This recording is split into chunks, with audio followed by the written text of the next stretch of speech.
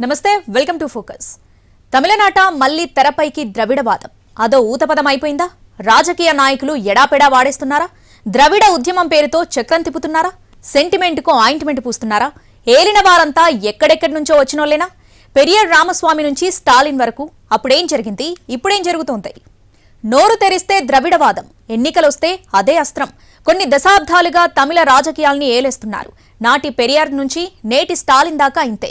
కానీ వీళ్ళంతా తమిళేతరులే. వివిధ ప్రాంతాల నుంచి వచ్చి అక్కడే సెటిల్ అయి రాజకీయాల్లో చక్రం తిప్పుతున్నారు. తమిళనాట మళ్లీ తెరపైకి ద్రవిడవాదం అదో ఊతపదం అయిపోయిందా? రాజకీయ నాయకులు ఎడాపెడా వాడేస్తున్నారా? ద్రవిడ ఉద్యమం పేరుతో చక్రం తిప్పుతున్నారా? సెంటిమెంట్కు ఆయింట్మెంట్ పూస్తున్నారా? ఏలిన వారంతా ఎక్కడెక్కడి నుంచో వచ్చినోళ్లేనా? పెరియార్ రామస్వామి నుంచి స్టాలిన్ వరకు అప్పుడేం జరిగింది, ఇప్పుడేం జరుగుతోంది? ద్రవిడ నినాదం మళ్లీ తెరపైకొచ్చింది. తమిళ రాజకీయాలను హీటెక్కిస్తోంది. మరోసారి ద్రవిడవాదం పురుడు పోసుకుంటోంది. అసలేంటి ద్రవిడవాదానికి అర్థం? వేరే ప్రాంతం వాళ్ళని తమిళులుగా అంగీకరించకపోవడమా? వారిని అనుమతించకపోవడమేనా? అదే నిజమైతే తమిళనాడుని ఏలిన వారెవరు? వాళ్లంతా అసలైన తమిళులేనా అంటే ఖచ్చితంగా కాదు. ఇతర రాష్ట్రాల నుంచి వచ్చిన వాళ్లే తమిళనాడును కొన్నేళ్లుగా ఏలేస్తున్నారు. అప్పటి నుంచి ఇప్పటిదాకా అంతే. రాజకీయంగా చక్రం తిప్పుతున్నారు. అవసరమైనప్పుడల్లా ద్రవిడ వర్సెస్ నాన్ ద్రవిడ అస్త్రాన్ని బయటకు తీస్తున్నారు. లోకల్ సెంటిమెంట్ను తెగవాడేస్తున్నారు. తమిళనాడులో అన్ని పార్టీలు నేతలకు ఇదో అచ్చొచ్చిన ఆయుధం. ఇలా ఈ ఆయుధాన్ని వాడుకుని తమిళనాడును పాలించిన వాళ్ళందరూ తమిళేతరులే. ఇతర రాష్ట్రాల నుంచి అక్కడ సెటిల్ అయి రాజకీయాల్లో ఖర్చీఫ్ వేసేశారు. బలమైన ద్రవిడ ఉద్యమ పరిరక్షకులుగా చలామణి అవుతూ వచ్చారు. తమిళ్ ఫస్ట్, అదర్స్ నెక్స్ట్ అంటూ పాలిటిక్స్ను దున్నేస్తున్నారు. ఏదో అనబోయి ఇంకేదో అన్నానని నటి కస్తూరి కవర్ చేసినా కావాలనే తమిళ తుట్టెను కదిపినట్లుంది. తలపతి విజయ్ పార్టీ పెట్టిన తర్వాత ఈ కామెంట్స్ చేశారామె. తనది ద్రవిడవాదమని విజయ్ చెప్పిన తర్వాత కస్తూరి నుంచి ఈ మాటలు రావడం హాట్ టాపిక్ గా మారింది. పక్కా డిఎంకేని టార్గెట్ చేస్తూనే కామెంట్స్ చేసినట్లుంది. దీంతో తమిళనాడులో మరోసారి ద్రవిడవాదం తెరపైకొచ్చింది. ఇప్పటిదాకా తమిళనాడును పాలించిన వారందరూ తమిళేతరులే. ఈ విషయం అందరికీ తెలుసు. ద్రవిడవాదమే వారిని నెట్టుకొచ్చేలా చేసింది. ఇప్పటికీ ఇదే నినాదం పేరుతోనే రాజకీయాలు జరుగుతున్నాయి. నాటి పెరియార్ నుంచి ఇప్పటి స్టాలిన్ దాకా అందరూ ఇంతే. కరుణానిధి తమిళనాడుకు ఎక్కువ కాలం ముఖ్యమంత్రి. ఆయన ఫ్యామిలీ ఏపీ నుంచే వచ్చింది. వారిది కృష్ణా జిల్లా కూచిపూడి. కస్తూరి టార్గెట్ చేసింది కూడా ఈ అంశాన్నే. ఆయన కుమారుడే తమిళనాడు సీఎం స్టాలిన్. ఇలా తమిళనాడుని ఏలిన వాళ్లలో చాలా మంది తెలుగు వాళ్లే ఉన్నారు. డిఎంకే కర్త కర్మ క్రియ అయిన అన్నాదురై సైతం సగం తెలుగు వ్యక్తే. అన్నాదురై తల్లి బంగారమ్మ ఇక్కడామే. అన్నాదురై, కరుణానిధి, స్టాలిన్ మాత్రమే కాదు, జయలలిత కూడా అచ్చమైన తమిళమ్మాయి కాదు. అప్పటి మైసూరు రాష్ట్రంలోని మాండ్యా జిల్లాలోని పాండవపుర తాలూకాలో జన్మించారు జయలలిత. ఆమె తల్లి సంధ్య కర్ణాటక 10th ఫస్ట్ ర్యాంకర్. అంటే అసలు సిసలు తమిళ వ్యక్తి కాదు. అయినా సరే 14 ఏళ్లకు పైగా తమిళనాడు ముఖ్యమంత్రిగా పనిచేశారు జయలలిత. తమిళంతో పాటు తెలుగు, కన్నడలోనూ సినిమాలు చేసిన తమిళ సినిమా క్వీన్ అనే పేరు. అలా ఎంజీఆర్తో ఉన్న సాన్నిహిత్యంతో సినిమాల నుంచి రాజకీయాల్లోకి వచ్చి ఏకంగా ముఖ్యమంత్రి అయ్యారు. తమిళుల ఆరాధ్య నటుడు ఎంజీ రామచంద్రన్ కూడా తమిళుడు కాదు. ఆయనో మలయాళీ. శ్రీలంకలోని రబ్బర్ తోటల్లోంచి వచ్చారు. ఎంజీఆర్ ఇంట్లో మలయాళం మాట్లాడుతూ బయట తమిళం మాట్లాడతారని, జయలలిత ఇంట్లో కన్నడం మాట్లాడుతూ బయట తమిళం మాట్లాడేవారంటారు. ఎండీఎంకే అధినేత వైకో సైతం ఇంట్లో ఇప్పటికీ తెలుగులోనే మాట్లాడుకుంటారట. ఇక సినిమా రంగంలో కెప్టెన్ గా పేరు తెచ్చుకున్న దివంగత డిఎండికే అధినేత విజయకాంత్ది కూడా తెలుగు రక్తమే. ఓ సందర్భంలో ఆయనే చెప్పుకున్నారు, బ్రిటిష్ కాలంలో తన తాత ముత్తాతలు ఆంధ్రప్రదేశ్ నుంచి తమిళనాడుకు వలస వచ్చారన్నారు. విజయకాంత్ తండ్రి, ఆయన పూర్వీకులు బలిజ నాయుడు సామాజిక వర్గానికి చెందిన వాళ్లు. అందుకే విజయకాంత్ కుమారుడు విజయ ప్రభాకర్ విరుద్ నగర్ నుంచి ఎంపీ అభ్యర్థిగా పోటీ చేశారు. ఎందుకంటే అక్కడ నాయుడు సామాజిక వర్గం వాళ్ళు ఎక్కువగా ఉంటారు. అంటే ఏపీ నుంచి తమిళనాడు వెళ్లి సెటిల్ అయిన ఫ్యామిలీ. ఒకప్పటి హీరోయిన్ రాధికా శరత్ కుమార్ సైతం ఇదే విరుద్ నగర్ నుంచి పోటీ చేశారు. కారణం నాయుడు సామాజిక వర్గ ఓట్ల కోసమే. రాధికా శరత్ కుమార్ కు సైతం తెలుగు మూలాలున్నాయి. ఆమె తండ్రి అచ్చ తెలుగు వ్యక్తి.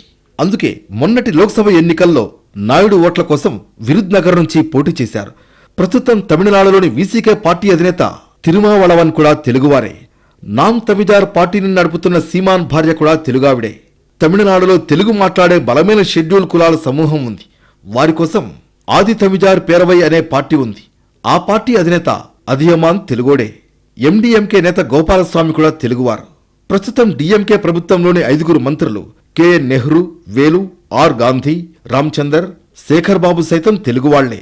జయలలిత ప్రభుత్వంలో మంత్రులుగా ఉన్న బాలకృష్ణారెడ్డి, కడంబూర్ రాజు తెలుగు రాజకీయ నాయకులే. డీఎంకే ఎంపీ కళానిధి వీరాస్వామికి సైతం తెలుగు మూలాలున్నాయి. తమిళనాడు శ్రీరంగంలోనూ తెలుగువాళ్లున్నారు. హీరో విశాల్, జయం రవి సైతం తెలుగువారే. రాధిక, రాధారవి సైతం తెలుగు మూలాలున్నవాళ్లే. నటుడు నెపోలియన్వి అచ్చ తెలుగు మూలాలు. ఆయన మామ కెఎన్ నెహ్రూ ప్రస్తుతం డీఎంకే ప్రభుత్వంలో మంత్రిగా ఉన్నారు. ఇక సూపర్ స్టార్ రజనీకాంత్ తమిళుడు కాదు, ఆయనది మహారాష్ట్ర. ఇలా తమిళ సినిమాను ఏలుతున్న వారిలో చాలామంది తెలుగువాళ్లు, ఇతర రాష్ట్రాల వాళ్లు ఉన్నారు.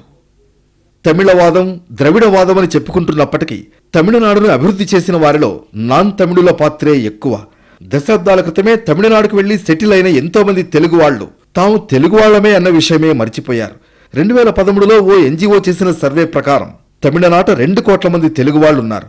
ఎన్నో తరాలుగా వారు అక్కడే స్థిరపడడం, తమను తాము తమిళులుగా భావించడం, తమ మాతృభాష సైతం తమిళమే అని అనుకోవడం కారణంగా వారంతా తమిళులుగా మారిపోయారు. తమిళనాడే హిపోక్రటిక్ స్టేట్, అంతా బయటివారే. వీరంతా వెళ్లి ద్రవిడ సిద్ధాంతం ఆయుధంగా వాడుతున్నారు, రాజకీయాల్లో చక్రం తిప్పుతున్నారు. అవసరమైనప్పుడల్లా ద్రవిడవాదాన్ని తెరపైకి తెస్తూ జనాలకు మస్కా కొడుతున్నారు. ద్రవిడవాదం చాలా పవర్ఫుల్ నినాదం. 100 ఏళ్లకు పైగా చరిత్ర ఉంది. సూర్యుని చుట్టూ భూమి తిరిగినట్టు తమిళ రాజకీయాలు ఎప్పుడూ ద్రవిడవాదం చుట్టూనే తిరుగుతూ ఉంటాయి. ద్రవిడ, నాన్ ద్రవిడ అంశాన్ని తరచుగా తెరపైకి తెస్తూ ఉంటాయి. ఇంతకీ ద్రవిడ ఉద్యమం ఎలా మొదలైంది? దాని లక్ష్యమేంటి? అరవ రాజకీయాల్ని శాసిస్తుందా? తమిళనాట మళ్లీ ఆర్య ద్రవిడ వివాదం రాజుకుంది.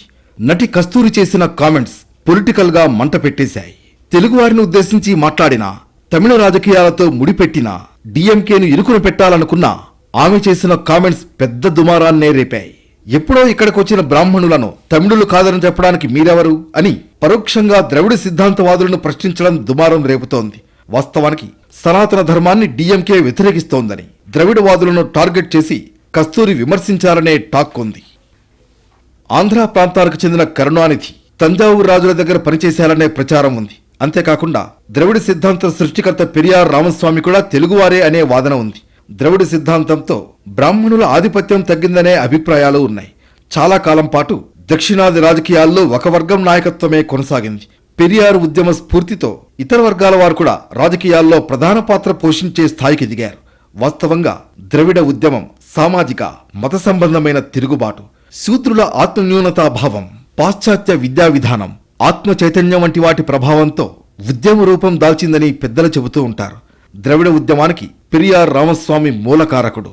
తమిళ, తెలుగు, కన్నడ, మలయాళ భాష మాట్లాడేవారున్న ప్రాంతాలలో ఒక సర్వసత్తాక స్వతంత్ర ద్రవిడ నాడును స్థాపించడమే ద్రవిడ ఉద్యమ రాజకీయ లక్ష్యం.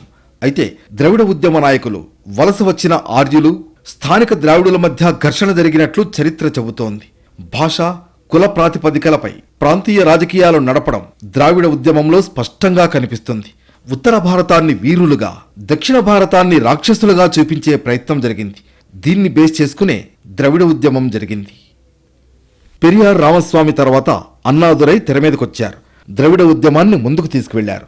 సోషలిస్ట్ భావజాలాలు నిండుగా ఉన్న కరుణానిధి అంతే యాక్టివ్గా వ్యవహరించారు.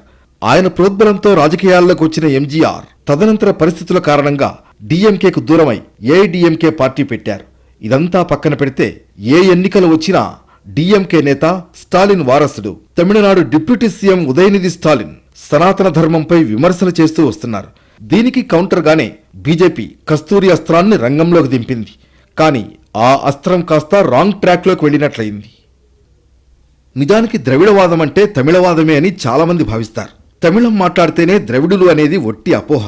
ద్రవిడవాదం భాషకు సంబంధించింది కాదు, ప్రాంతానికి సంబంధించింది అనేది చరిత్రకారుల మాట. ఒకప్పటి మద్రాస్ ప్రెసిడెన్సీలో తమిళంతో పాటు తెలుగు, కన్నడం, మలయాళ భాషల వాళ్ళు ఉండేవాళ్లు. ఈ 4 భాషలు మాట్లాడే ప్రాంతాన్నే ఒకప్పుడు ద్రావిడ ప్రాంతం అని అనేవారు. అంటే ఆంధ్ర, తమిళనాడు, కర్ణాటక, కేరళ ఈ 4 రాష్ట్రాలతో కలిపి ఉన్న మద్రాస్ ప్రెసిడెన్సీనే ద్రవిడ దేశం అని, ద్రావిడులు అని అనేవాళ్లు. తమిళనాడు రాజకీయాలు మరోసారి ద్రవిడవాదం చుట్టూ తిరగబోతున్నాయి. అందులో భాగంగానే కస్తూరి ఈ వ్యాఖ్యలు చేశారంటున్నారు. తమిళనాడు పాలకులు తెలుగు మాట్లాడే వారికే అధిక ప్రాధాన్యత ఇస్తున్నారని ఆరోపించడం వెనుక ఈ ద్రవిడవాదమే కనిపిస్తోంది. తమిళనాడులో 2 కోట్ల మంది తెలుగు వాళ్ళు ఉన్నారు. వాళ్ళంతా సైలెంట్ ఓటర్లు. తమ ఇమేజ్ను డ్యామేజ్ చేయనంత వరకు ఇదే పని చేస్తుంది. అవమానించినట్లు మాట్లాడితే గనుక వాళ్లే స్వింగ్ ఓటర్లుగా మారే అవకాశం ఉందంటున్నారు పొలిటికల్ పండిట్స్. తెలుగువారిని కించపరుస్తూ ఎవరు మాట్లాడినా సరే ఆ వ్యాఖ్యలు ఆ పార్టీని ఖచ్చితంగా దెబ్బతీస్తాయంటున్నారు. ఈ ప్రమాదాన్ని బీజేపీ కూడా ముందే ఊహించింది. కస్తూరి తెలుగువారికి వ్యతిరేకంగా మాట్లాడలేదంటూ చెప్పుకొచ్చింది. ద్రవిడ జాతి ప్రాంతీయవాదం చాలా పవర్ఫుల్ నినాదం. 100 ఏళ్లకు పైగా చరిత్ర ఉంది. బ్రాహ్మణ సామాజిక వర్గానికి వ్యతిరేకమైన నినాదమే ఈ ద్రవిడవాదం. తమిళనాడులో దీంతోనే నాన్ తమిళియన్స్ చక్రం తిప్పుతున్నారు. జాతీయ పార్టీలను సైతం ఎదగనీయకుండా చేస్తున్నారు.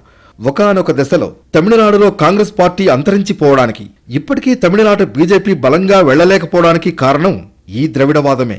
ద్రవిడవాదం ప్రకారం బ్రాహ్మణులు ఆర్యులు అంటే ఎక్కడి నుంచో వచ్చారు అనేది వారి భావన. ఎక్కడి నుంచో వచ్చి తమపై పెత్తనం చెలాయించడం ఏంటి అంటూ ఓ ఉద్యమం నడిపారు. పెరియార్ రామస్వామి ఈ ఉద్యమాన్ని ఊరు వాడాకు తీసుకువెళ్లారు. అలా ద్రవిడవాదం పుట్టుకొచ్చింది.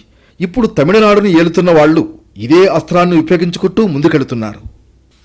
ఇక దక్షిణ భారతదేశంలోని స్థానికులైన ద్రావిడులపై ఉత్తర భారతదేశ నాయకుల పెత్తనాన్ని తీవ్రంగా వ్యతిరేకించడం ద్రావిడ రాజకీయ ఉద్యమాల్లోని మరో కీలకాంశం.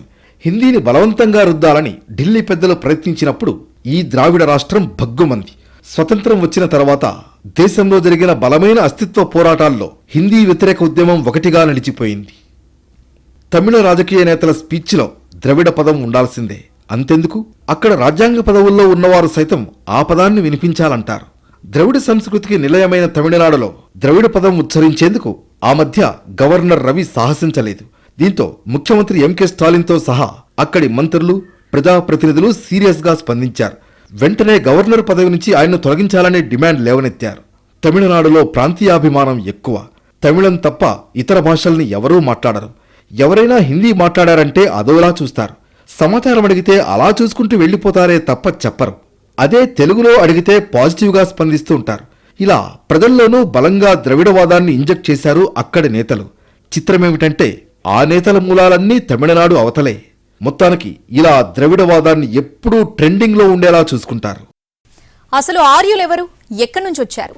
ద్రవిడుల్ని ఉత్తరాది నుంచి నెట్టేశారా? ఆర్యులు రాజుగా, ద్రవిడుల్ని రాక్షసులుగా చూపించే ప్రయత్నం జరిగిందా? అసలు చరిత్ర ఏం చెబుతుంది? ద్రవిడ పార్టీల పుట్టుక హేతువాద, భౌతికవాద, నాస్తికవాద, అగ్రవర్ణ వ్యతిరేక ధోరణితోనే మొదలైంది. మొదట డిఎంకే, ఆ తర్వాత అన్నా డిఎంకేలు ఆ నేపథ్యంతోనే పుట్టాయి. ద్రవిడ ఉద్యమం, తమిళ భాష అభిమానంతో ఈ పార్టీలు కొన్ని దశాబ్దాలుగా తమిళనాడులో ఉనికిని చాటుకుంటున్నాయి. ఆ తర్వాత వచ్చిన పార్టీలు ఇదే వాదాన్ని వినిపించాయి.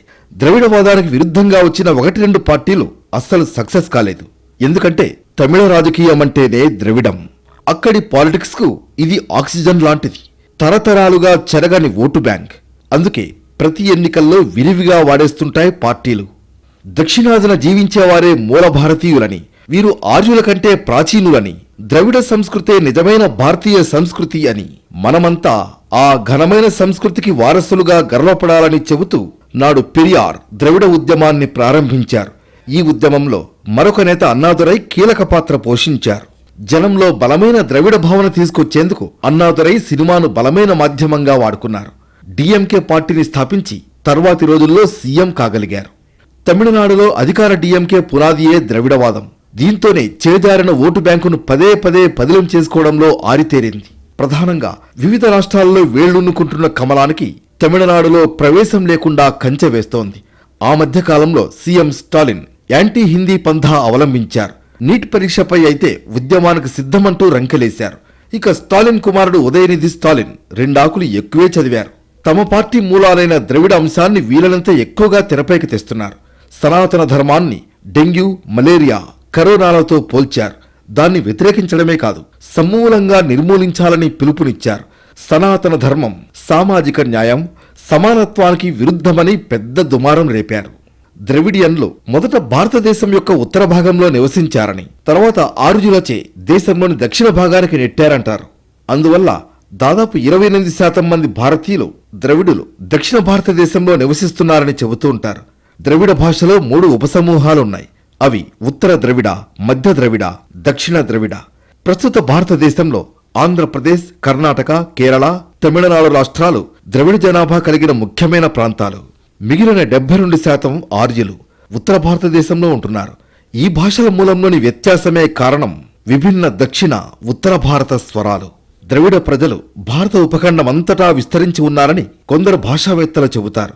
దీని కారణంగానే సింధు నాగరికత, హరప్ప, మొహంజోదారో ద్రావిడ నాగరికతగా కూడా పేర్కొంటారు. అయితే సింధులోయ నాగరికత ద్రవిడమా కాదా అనేది ఇప్పటికీ వివాదాస్పదమే. ఆర్యుల విషయంలో చరిత్రకారుల్లో వేర్వేరు అభిప్రాయాలున్నాయి. ఆర్యులు బహుశా బయట నుంచే భారత ఉపఖండానికి వచ్చి ఉంటారనే విషయం DNA పరిశోధనల్లో వెల్లడైంది. వారి ఆచార వ్యవహారాల్లో వైదిక సంస్కృతి ప్రభావం కనిపిస్తుందని చాలామంది పరిశోధకులు అభిప్రాయపడ్డారు. ఆర్యులు వచ్చి ద్రవిడులను నేటి తమిళనాడుకు తరిమివేశారంటారు. ఓ 200 ఏళ్ల క్రితం ఈ ఆర్య ద్రవిడ జాతివాదాలు భారతదేశంలో అస్సలు లేవు. అత్యంత పురాతనమైన వేదవాంగ్మయంలో కానీ, విస్తారమైన భారతీయ సంస్కృతిలో కానీ ఈ జాతివాదాల ఊసే లేదు. ఏవీ లేని చోట ఈ వాదాలను కల్పించి ద్రవిడవాదపు విషబీజం నాటారంటారు మరికొందరు. ద్రవిడులదే అసలు భారతదేశమని, తమిళం సంస్కృతం కన్నా ప్రాచీనమని కట్టుకథలు అల్లారంటారు. ఈ అబద్ధపు పునాదులపై ద్రవిడవాదం, రాజకీయ పార్టీలు పుట్టుకొచ్చాయి. మొత్తానికి ద్రవిడవాదాన్ని తమిళ పార్టీలు విచ్చలవిడిగా వాడేస్తున్నాయి. అవసరమైనప్పుడల్లా తెరపైకి తెచ్చి రాజకీయ లబ్ధి పొందుతున్నాయి.